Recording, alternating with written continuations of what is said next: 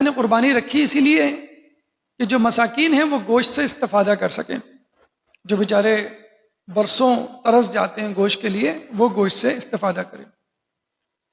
گوشت کٹنے کے بعد اس جانور کے اعضاء میں سے کیا کھائیں کیا نہ کھائیں، تو 14 چیزیں ایسی ہیں جن کو بالکل آپ کو ہاتھ نہیں لگانا ہے، یعنی حرام ہیں۔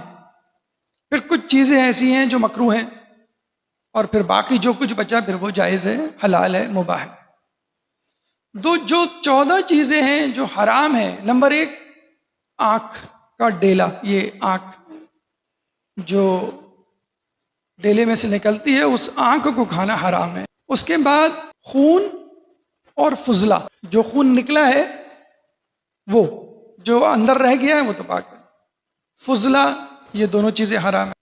تلی، پتا اور مثانہ، یہ تینوں بھی حرام ہیں۔ اہل سنت کے ہاں تلی حلال ہے، اکثر جو کٹا کٹ کھا رہے ہوتے ہیں دکانوں پر اس میں وہ تلی بھی ملاتے ہیں۔ مولا کائنات علی ابن ابی طالب علیہ السلام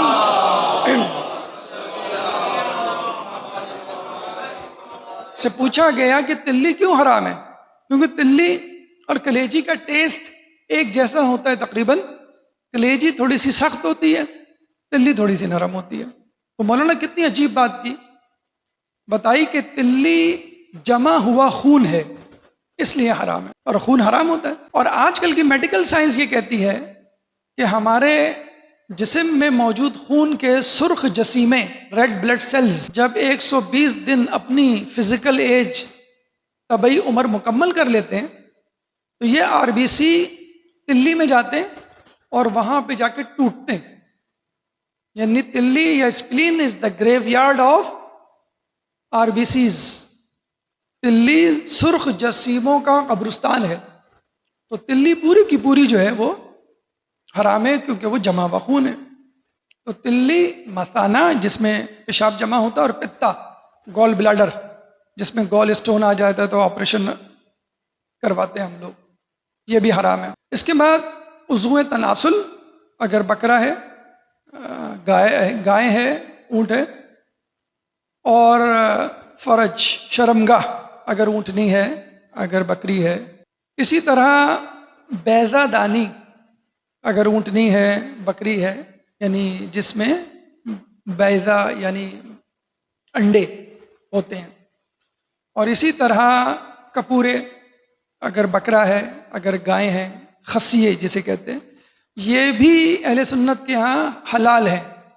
تو اس سے بھی ذرا ہوشیار رہیں، جو کٹا کٹ لوگ کھاتے ہیں اس میں کپورے بھی ہوتے ہیں شامل اور تلی بھی شامل ہوتی ہے، یہ دونوں ہمارے یہاں مطلقاً حرام ہے۔ اس کے علاوہ غدود، جس طرح گلینڈز نہیں ہوتے ہمارے یہاں جو پھول جاتے ہیں، سوج جاتے ہیں جب بیماری ہوتی ہے، اسی طرح یہاں پر ایگزیکٹلی مٹر کے دانے کے برابر، چنے کے دانے کے برابر ایک گلینڈ ہوتا ہے جس کو ہم کہتے ہیں پینیل گلینڈ، وہ بھی حرام ہے۔ اسی طرح جو اسپائنل کارڈ یا ریڑھ کی ہڈی ہے، اس کے اندر مغز ہوتا ہے، حرام مغز جسے کہتے ہیں۔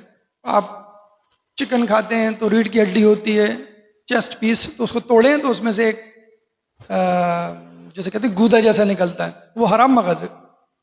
یہ اس کی بات ہو رہی ہے، گائے، بکری اور یہ جو ہیں حرام مغز اس کا حرام ہے۔ اور جو ریڑھ کی ہڈی میں سے رگیں نکل رہی ہیں وہ بھی حرام ہے۔ تو یہ 14 چیزیں ہیں جن کو آپ یاد رکھ لیں، جن کو آپ کو نہیں کھانا وہ حرام ہے۔ مکروہ کیا ہے؟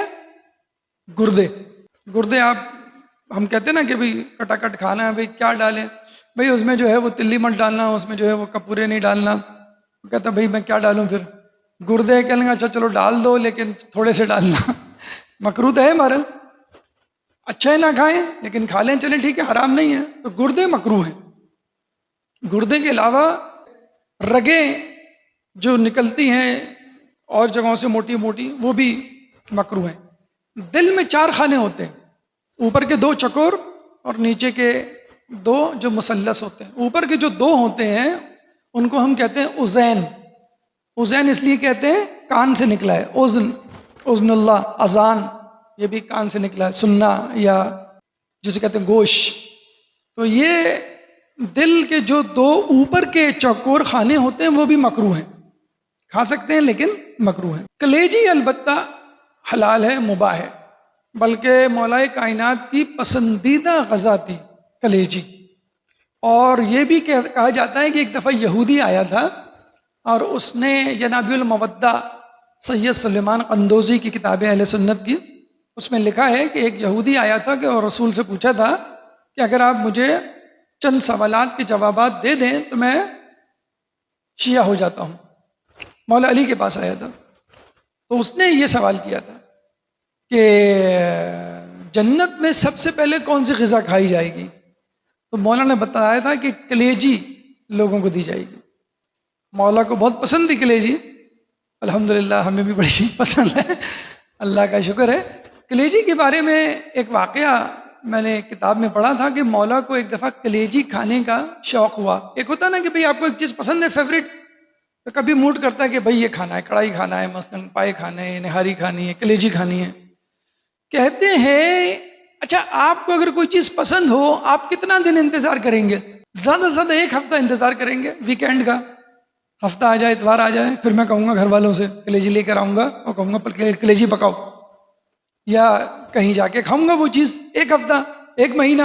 مولا نے 1 سال انتظار کیا، اپنے نفس کو دبایا کہ نہیں مجھے کلیجی نہیں کھانا. میرا نفس کہہ رہا ہے نا تو میں اپنے نفس کو توڑوں گا. یہ عرفانیات کی منزلوں میں سے ہے. اگر آپ کو اللہ کے قرب کو چاہنا ہے، اس کا قرب حاصل کرنا ہے، تو اپنے نفس میں جائز خواہشات کو بھی توڑ کے دیکھائیں. کبھی کبھی ناجائز تو خیر لازم ہے، لیکن کبھی کبھی جائز چیزوں کو بھی، کہ تمہارا یہ جی چاہ رہا ہے ٹھیک ہے میں نہیں کھلاؤں گا یا میں نہیں کرنے دوں گا. 1 سال انتظار کیا. امام حسن علیہ السلام نے بھانپ لیا کہ بابا کو کلیجی چاہیے. سمجھ گئے وہ کلیجی فوراً بھنوائی. آپ کو معلوم بھنی ہوئی کلیجی آ کے سامنے مسالے دار رکھی جائے، جیسے سامنے رکھی اسی وقت ایک سائل آ گیا اور مولا نے فوراً پوری کی پوری پلیٹ اٹھا کے دے دی اور یہ کہا کہ قیامت کے دن کوئی یہ نہ کہے کہ تم نے تھوڑی سی دنیا کے بدلے اپنی آخرت بیچ دی. مولا علی اتنی سی بات. یہ سکھا رہے ہیں ہم کو کہ دیکھو کبھی کبھی اپنی جائز خواہشات پہ بھی چوٹ مارنی پڑتی ہے. جیسے ہم کہتے ہیں نا بچوں کی ہر جائز خواہشات بھی پوری نہ کرو، کہ کبھی وہ ناجائز خواہش بھی پوری کرے گا. بلکہ بیگم کے لیے بھی کہا جاتا ہے کہ بیگم کی ہر جائز بات نہ مانو، پھر وہ کہے گی کہ دیکھا میں ہی سب سے عقل مند ہوں، میں ہمیشہ صحیح کہتی ہوں، اور پھر وہ کبھی ناجائز بات بھی منوا لے گی. اس طرح نفس کو بھی کنٹرول کرنا بچوں کو کنٹرول کرنے کی طرح کا ہے کہ بعض اوقات جائز خواہش کو بھی کراس لگانا پڑتا ہے.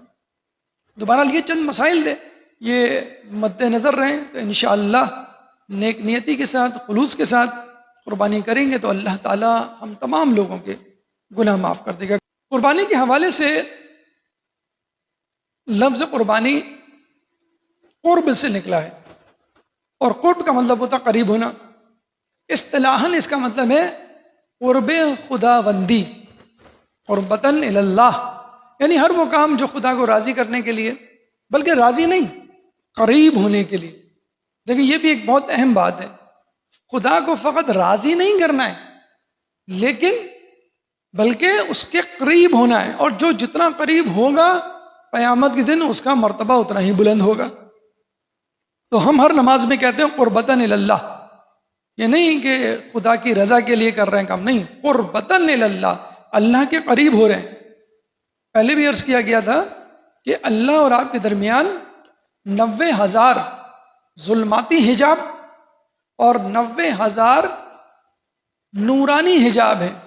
جیسے ایک دیوار ہے یہ ایک حجاب ہے، اس کے بعد ایک اور دیوار، ایک اور دیوار، اسی طرح 90,000 ظلماتی حجاب جو کب ہٹیں گے؟ جب آپ گناہ کرنا چھوڑیں گے. ایک گناہ چھوڑا ایک حجاب ہٹ گیا، دوسرا گناہ چھوڑا دوسرا حجاب، تیسرا گناہ چھوڑا تیسرا حجاب. اس طرح مسلسل جب گناہ چھوڑتے چلے جائیں گے، تمام گناہ چھوڑ دیں گے تو آدھا سفر طے ہوگا خدا تک. پھر 90,000 نورانی حجاب، یعنی ایک نیکی کی اللہ سے ایک اسٹیپ قریب ہو گئے، ایک قدم قریب ہو گئے، ایک حجاب ہٹ گیا، دوسری نیکی کی دوسرا قدم، تیسری، چوتھی، اسی طرح جب 90,000 نیکیاں کر لیں گے اور 90,000 گناہ یا 90,000 مرتبہ گناہ چھوڑ دیں گے، بس اللہ آپ کے سامنے ایسے ہوگا جیسے میں اور آپ آمنے سامنے بیٹھے۔ جب ہی ہم کہتے ہیں قربتاً اللہ، اور جتنے خلوص کے ساتھ آپ یہ جملہ کہیں گے، جتنے خلوص کے ساتھ عمل انجام دیں گے، آپ صرف قربانی ہی کو لے لیجئے کہ کس خلوص کے ساتھ ہم انجام دیتے ہیں۔ کوشش کریں گے جانور خوبصورت ہو، موٹا ہٹا کٹا ہونا چاہیے، اس کی پھر فوٹو کھینچیں گے، پھر اسٹیٹس پہ ڈالیں گے، پھر لوگوں بڑے فخر سے بتائیں گے کہ کتنے کا لایا ہوں، میں 1.5 لاکھ کا لایا ہوں۔ حالانکہ 1.5 لاکھ کا وہ ریٹ تھا جو اس نے بولا تھا، پھر آپ نے کم کرا کے لاکھ کیے تھے، وہ نہیں بتائیں گے آپ۔ جو پہلے اس نے قیمت بتائی تھی وہ بتائیں گے آپ، یا مارکیٹ میں جو چل رہی ہے وہ بتائیں گے۔ پھر بچہ جو ہے وہ گائے کو یا بکرے کو لے کے گھومے گا، اس کی سیلفی اور جسے کہتے ہیں۔ ٹھیک ہے، بچے کو جانور کو کھلانا پلانا گھمانا جائز ہے، اچھی بات ہے، کوئی ایسا مذاق نہیں ہے، لیکن ریاکاری کا پہلو نہ آئے۔ اور دیکھیں یہ آپ کے اوپر ہے، کچھ اعمال ایسے ہیں جن کو آپ چھپا نہیں سکتے۔ حج آپ نہیں چھپا سکتے، باجماعت نماز آپ نہیں چھپا سکتے، داڑھی آپ نہیں چھپا سکتے، کرنا ہے۔ جانور بھی آپ لائیں گے تو اکیلے خاموشی سے خفیہ طور پہ تو نہیں اس کو ذبح کریں گے، معلوم تو ہوگا، لیکن آپ کے اندر غرور، تکبر، گھمنڈ، ریاکاری کا پہلو آئے گا یا نہیں آئے گا، یہ آپ کو اور آپ کے اللہ کو معلوم۔ تو کہنے کا مقصد یہ کہ ریاکاری آ گئی تو یہ ساری نماز بلکہ ہر عمل جو ہے وہ باطل ہو گیا۔ تو قربتاً اللہ یا قرب الہی، یہ ہے اصل اصطلاحی مفہوم قربانی کا۔